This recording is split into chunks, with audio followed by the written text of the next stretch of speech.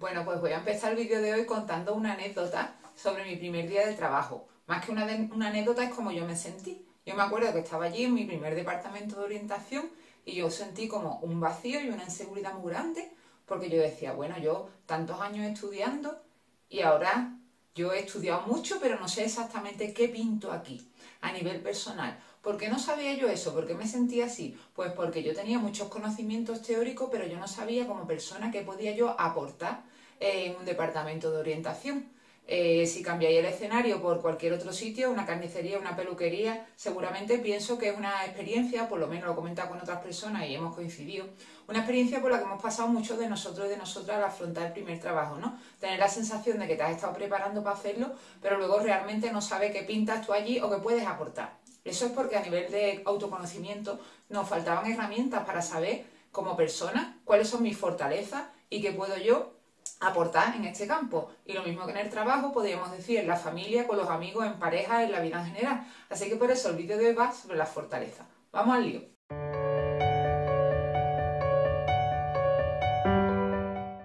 Bueno, pues como siempre en el vídeo daré un pequeño recorrido teórico para darle una base y un contexto a todo lo que hablemos. Os enseñaré una serie de recursos que podéis utilizar para profundizar en todo este campo si es que os interesa y también os dejaré algunos ejercicios prácticos para que podáis llevar a cabo. En primer lugar, en el campo de la fundamentación teórica, pues a mí me gustaría volver a repasar un poco o a repetir el cambio de enfoque que supone la psicología positiva cuando habla de las fortalezas personales. Porque si bien desde otros modelos de psicología se ha hecho hincapié en las problemáticas y en los trastornos que tienen las personas, lo que pretende la psicología positiva no es decirnos que todo sea de color de rosa ni que no existen los problemas, en absoluto, eso es una falacia, pero sí poner el punto fuerte en las capacidades que tenemos los seres humanos y así tener un enfoque mucho más preventivo y menos paliativo de lo que es la salud mental. Y en ese enfoque encuadra el concepto de fortaleza personal como, bueno, ahora la definiremos de una forma un poquito más mejor, ¿no? Más teórica, pero como todas aquellas habilidades, capacidades o herramientas que tenemos los seres humanos para afrontar los problemas de la vida cotidiana, para ser más felices y para seguir adelante. Y dentro de esta fortaleza, o mejor dicho, en comparación con esta fortaleza, hace ya unos cuantos vídeos que os hablé de un libro de Jorge Bucay que se llama El camino de la autodependencia, que lo leí hace muchos años y que utiliza una metáfora que a mí me encanta y que yo uso mucho también en mi trabajo, que es que las personas en alguna parte de nuestra cabeza tenemos una cajita de herramientas, como si nuestra cabeza fuera un desván o una guardilla, y allí hay una caja con herramientas que podemos utilizar para resolver problemas. Y esas herramientas pues, pueden ser la responsabilidad, la curiosidad, la creatividad. Pues un concepto muy parecido el de Martin Seligman con respecto a las fortalezas personales. Vamos a verlo ahora mismo. Y bueno, un poco por definir de una manera ya más apegada a la literatura que existe sobre qué son las fortalezas, vamos a recurrir a un autor que escribe mucho sobre ellas, que es Lindley, en 2008, que nos dice que son una capacidad preexistente, por lo tanto es innata en las personas, para comportarnos, pensar y sentir, que es auténtica y que es energizante para nosotros y nos permite un funcionamiento y un desarrollo óptimo, es decir, esa herramienta que tenemos de la que podemos tirar en ciertos momentos y que además implementarla nos va a hacer sentir mejor porque nos va a empoderar y nos va a ayudar a resolver problemas y a ser más felices, ¿no? Como decía, el enfoque de la psicología positiva huye un poco de fijarse en el trastorno. Ya lo he comentado alguna vez en algún vídeo, incluso dije DSM-4, ya van por el DSM-5, en psicología y en psiquiatría existen varios manuales, pero el más famoso que recoge un poco todos los trastornos y enfermedades mentales que pueda haber se llama el DSM, y es norteamericano, y recoge, como digo, pues un campo amplísimo de trastornos y enfermedades. Pues como contraposición a este enfoque, Seligman y Peterson quisieron hacer la guía de las fortalezas personales, es decir, no vamos a ver qué es lo que está mal, vamos a ver qué es lo que está bien, y de ahí sacaron una clasificación de 24 fortalezas personales que se divide en 6 áreas diferentes y que vamos a ver un poco por encima porque puede ser una herramienta genial para trabajar el autoconocimiento y también la autoestima, como retomaremos ahora mismo. Antes de esto os quería comentar que hay diferentes estudios, ya sabéis que siempre me gusta un poco traer investigaciones o estudios, pues porque a veces parece como que esto es hablar por hablar, hay mucha información en la red, muchas veces cuesta trabajo ser crítico y diferenciar lo que es algo serio de lo que no, hay muchos vendehumo y eso es así, y de hecho luego os voy a facilitar una herramienta y para pensar cómo os la daba, me he encontrado 80.000 páginas web diciéndome crea tu propia marca, comunícate mejor, etcétera, que están llenas de palabras pero bastante vacías de contenido. Entonces, como digo, siempre hay que ser crítico, ¿no?, en esto, y por eso a mí me gusta introducir a veces aportaciones, trabajo y estudios para que las personas que tienen curiosidad puedan investigar sobre ellas y para dar una fundamentación teórica, como digo, más fiable, más seria, ¿no? Y os voy a contar que los estudios que hablan acerca de las fortalezas personales y cómo nos influyen en nuestra vida nos dicen que nos hacen personas más comprometidas, y esto es un estudio de Harder, Smith y Heights en 2002, que las personas que conocen sus fortalezas personales tienen un mejor desempeño en su trabajo, y esto es un estudio de Smithley en 2007, madre mía, ¿por qué pongo yo estas palabras que luego no puedo pronunciar? Stephenson en 2007 también, y Woolston y Lindley en 2008. También nos dicen que las personas que conocen sus fortalezas personales se sienten más felices y más satisfechas. Esto nos lo dice Godbinji y Lindley en 2007. Y finalmente que consiguen mejor sus objetivos y sus metas, y esto también nos lo vuelve a decir Lindley, que tiene mucha literatura, como estáis viendo, sobre el tema, en el año 2008. Pero como decía, vamos a conocer un poco mejor ese cuadro. Yo os he hecho una infografía como siempre para que la tengáis presente, pero luego una de las herramientas que voy a dejar las voy a caracterizar mejor. No es cuestión aquí en el vídeo de ponerme a leer las 24 fortalezas personales, porque entonces esto sería pues un poco aburrido, ¿no? Pero sí que me gustaría contaros cuáles son los 6 ejes principales y daros un ejemplo de cada uno para que, como digo, luego cada persona que quiera profundizar un poco en este tema se pueda sentar con las fichas que dejo en la cajita de descripción y pueda seguir trabajando sobre esto de una forma más tranquila y más personalizada. Entonces, ¿cuáles son las 6 áreas en torno a las cuales se organizan las fortalezas personales? La primera es la de sabiduría y conocimiento, y hace referencia pues a nuestra capacidad para aprender, a nuestra capacidad para investigar, para generar información, a nuestra curiosidad. La segunda categoría es la de humanidad, la capacidad que tenemos de preocuparnos por las otras personas, de empatizar, de dar amor. Y la siguiente es la de justicia, que hace referencia al bienestar común, al bienestar social. La cuarta capacidad es el coraje y hace referencia a todas esas habilidades que están relacionadas con la valentía, con la fuerza y con la persistencia. Y la quinta es la templanza, que también es muy importante, no suena tan brillante como las otras, pero la capacidad de autodisciplina y autocontrol muchas veces se nos olvida, y vivimos en una sociedad en la que todo lo queremos muy rápido y en la que muchas veces la publicidad, que los publicistas son muy inteligentes, se destina siempre a ofrecernos pues que vamos a adelgazar rápidamente, que vamos a conseguir estar fuertes sin apenas hacer ningún esfuerzo, incluso también que vamos a aprender rápidamente. En YouTube, que como es una plataforma que me gusta mucho, también la consumo mucho, sale un anuncio delante de los vídeos que me da muchísimo coraje, porque sale un hombre diciendo que el problema de la gente con el aprendizaje del inglés es que el método ha sido el equivocado. Y puede ser, la metodología es muy importante, yo no digo que no, pero no ha habido una única forma de enseñar y aprender inglés.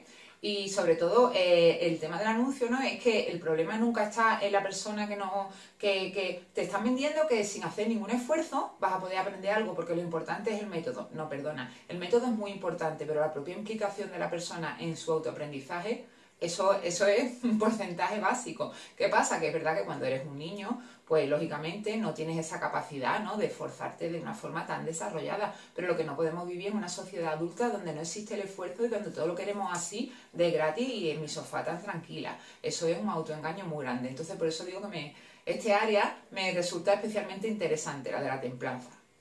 Y finalizo con el área de la trascendencia, que es muy bonita también porque hace referencia a aquellos aspectos porque son un poco más espirituales, no tienen por qué tener que ver solamente con la fe, sino que yo me considero, por ejemplo, una persona que no tengo mucha fe, soy bastante incrédula y bastante crítica, como digo siempre, pero luego me considero muy espiritual. Entonces, bueno, esto es algo muy personal, como cualquier otra fortaleza, pero también tiene que estar ahí porque también nos hace humanos. Como decía, dentro de cada una hay algunos rasgos que están mejor desarrollados en un recurso que vamos a ver después, pero de todas formas yo lo dejo resumido, como digo, a modo de cuadro en la infografía para quien tenga interés en profundizar. Bueno, ¿qué pinta en todo esto la educación emocional? Pues pinta todo, porque la educación emocional parte del autoconocimiento, aparte de entrenar las habilidades sociales, la asertividad, que ya me habéis sugerido que haga un vídeo sobre ella y que vendrá pronto.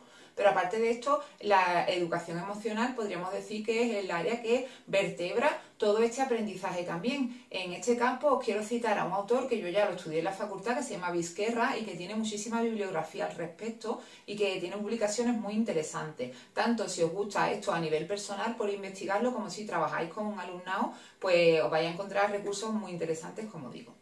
¿Y qué tiene que ver todo esto también con la autoestima? Pues tiene que ver muchísimo, porque de hecho la forma en que empezaba el vídeo hacía un poco referencia a mi autoestima profesional, ¿no? Que en ese momento, claro, eres joven, acabas de empezar, no tienes experiencia, pues la autoestima profesional se está formando, está ahí, está en pelotas, ¿no?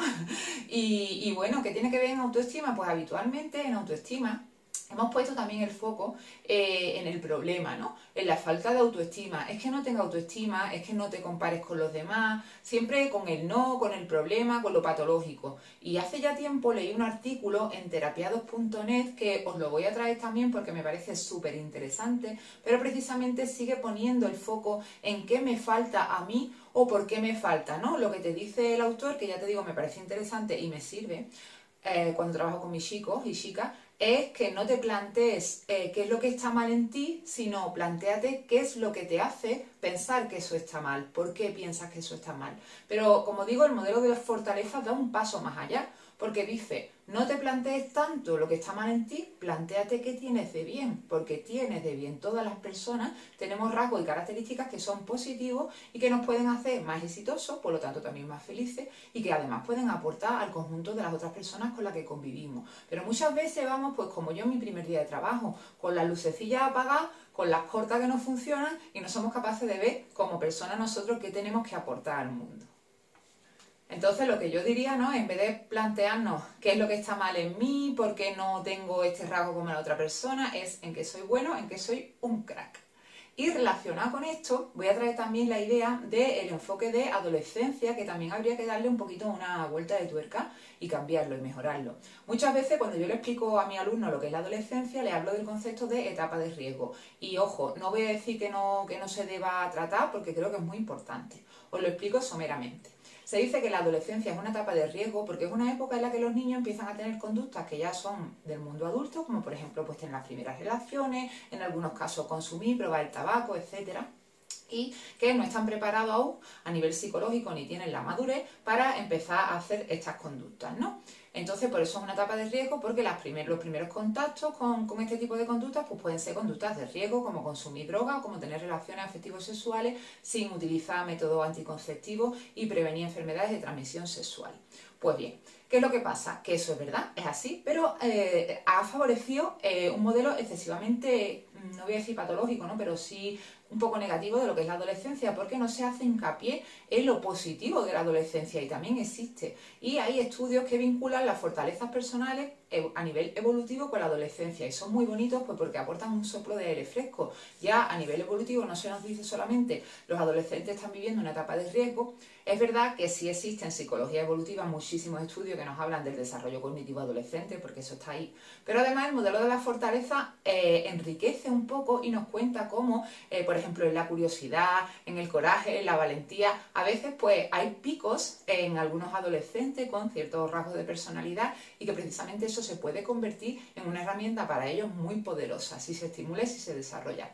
Yo he tenido alumnos y alumnas que han sido un poquito rebeldes y yo les he dicho que esa rebeldía podría estar muy bien si supieran encauzarla. No se trata de no utilizar ese coraje, ese valor que tú tienes de ponerte en pie y gritar cuando algo es injusto. No se trata de que quites eso de tu personalidad, se trata de que lo encauces correctamente para que a ti no te traiga problemas. Y bueno, creo que es una forma mucho más bonita de educar a las personas y de trabajar con ellas.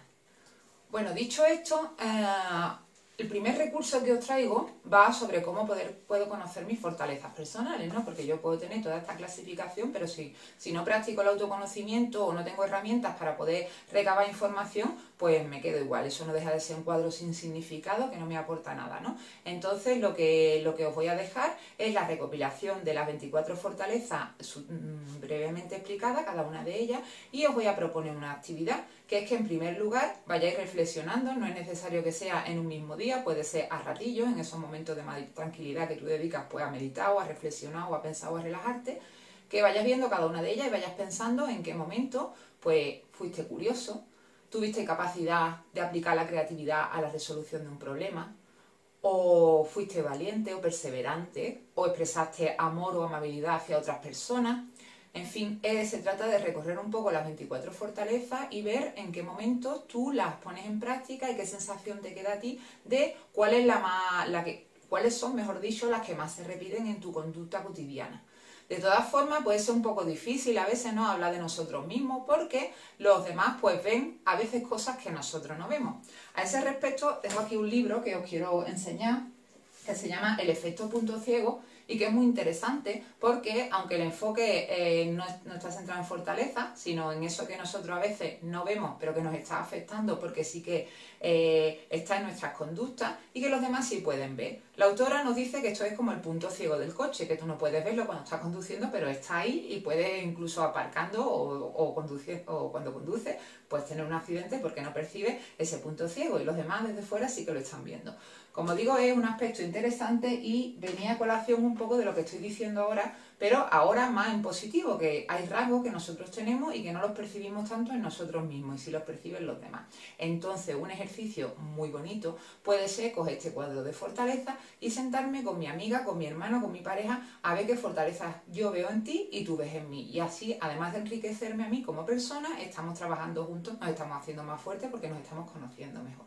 Eso es un recurso / casi es un ejercicio ya, pero bueno, luego voy a traer más ejercicios y además voy a dejar también enlazado un cuaderno con muchos más ejercicios que es de la página de IEPP, que ya la he nombrado en otras ocasiones, del Instituto Europeo de Psicología Positiva, que tiene recursos que me gustan mucho. Y ya que estoy hablando de la página, pues os digo que otro recurso que os voy a dejar es una serie de enlaces con diferentes páginas que tienen a su vez, como digo, recursos para trabajar las fortalezas personales. Bueno, no voy a decir aquí todas, no voy a hacer aquí una lista nominal, ¿no? Porque no tendría mucho sentido, pero me voy a ir a la chuleta para recordar cuáles son un poco y así os hablo sobre ellas.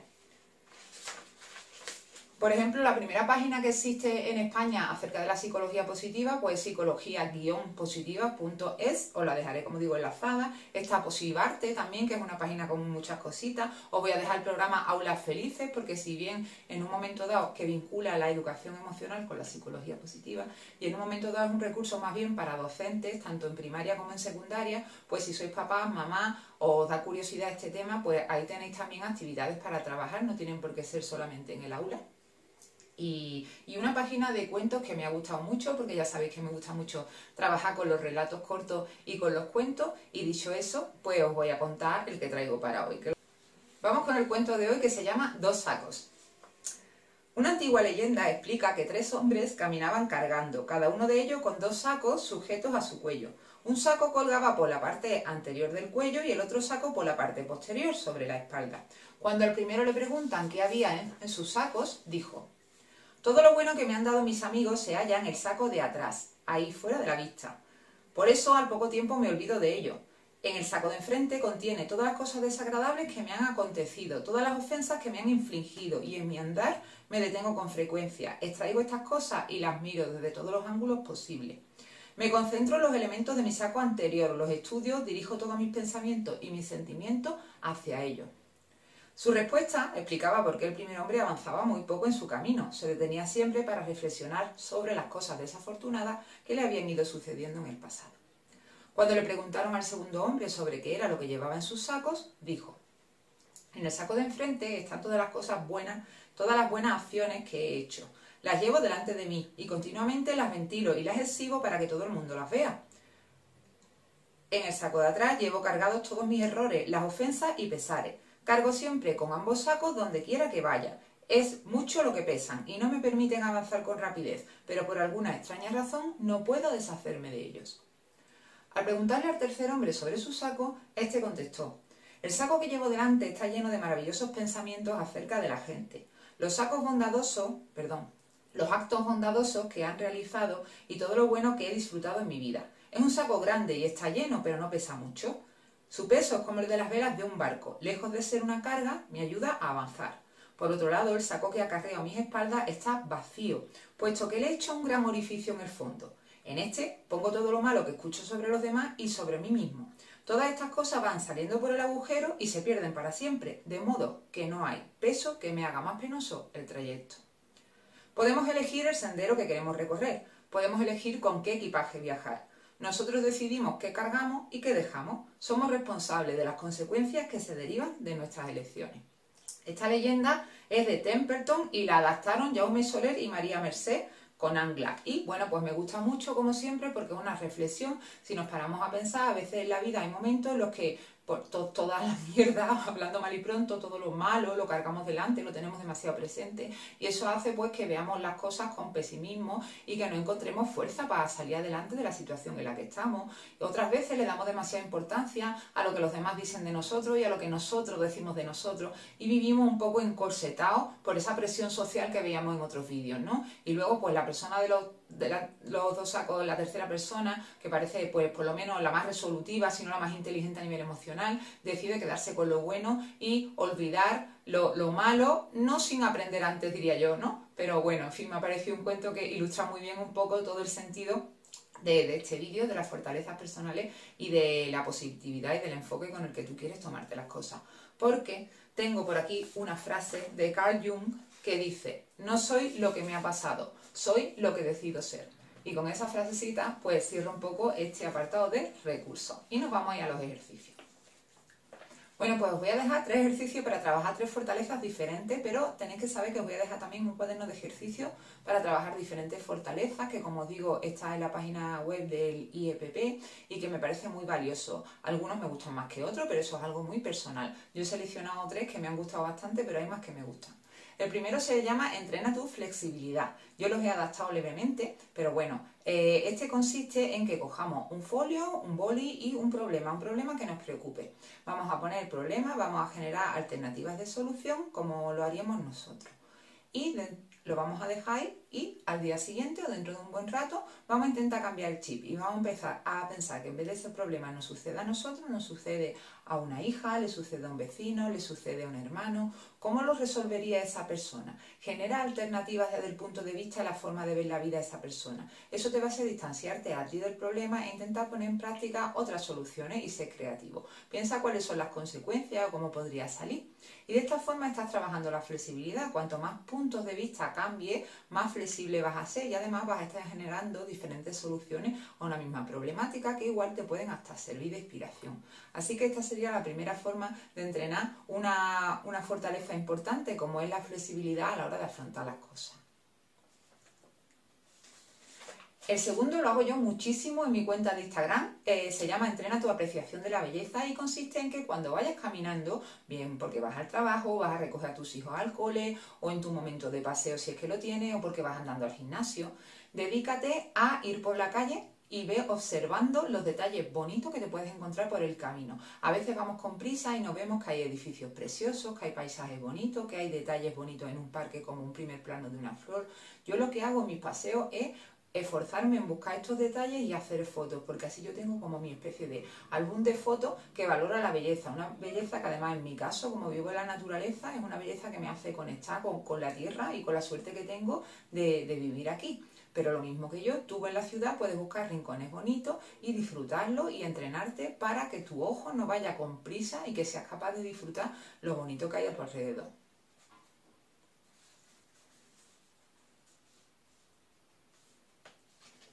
Y el tercero se llama Entrena tu capacidad de negociación y te voy a proponer que en momentos de conflicto que no te afecten a ti directamente, por ejemplo, una pelea entre tus 2 hijos, una discusión en una reunión de vecinos que tú estés observando, incluso en el trabajo, que hagas de mediador o de mediadora y propongas soluciones y utilices la técnica del gana-gana. No sé si sabéis en qué consiste. Consiste en llegar a un acuerdo en el que las 2 partes tienen algo de beneficio, también en las dos partes renuncian un poco para que así pues se presente una solución ventajosa para ambas, aunque impliquen cierta renuncia.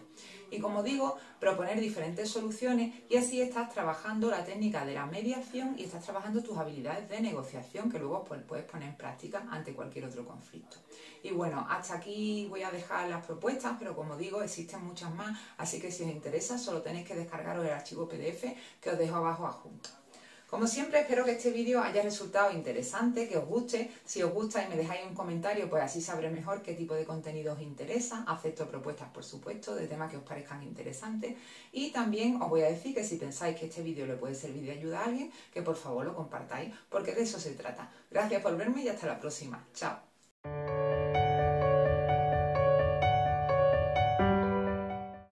Por dar una definición un poco, como digo, un poco más apegada a la literatura, ¿no?, sobre el tema, dice que las fortalezas personales, nos dice Lindley en 2008, son una capacidad preexistente de comportarnos, pensar y sentir que es auténtica y energizante para la persona Bueno, y ahora quiero explicar la teoría que tengo yo con respecto a los astros. Los astros vienen porque ellos están. Entonces, como no son vinculantes al de esto, siempre ellos... No.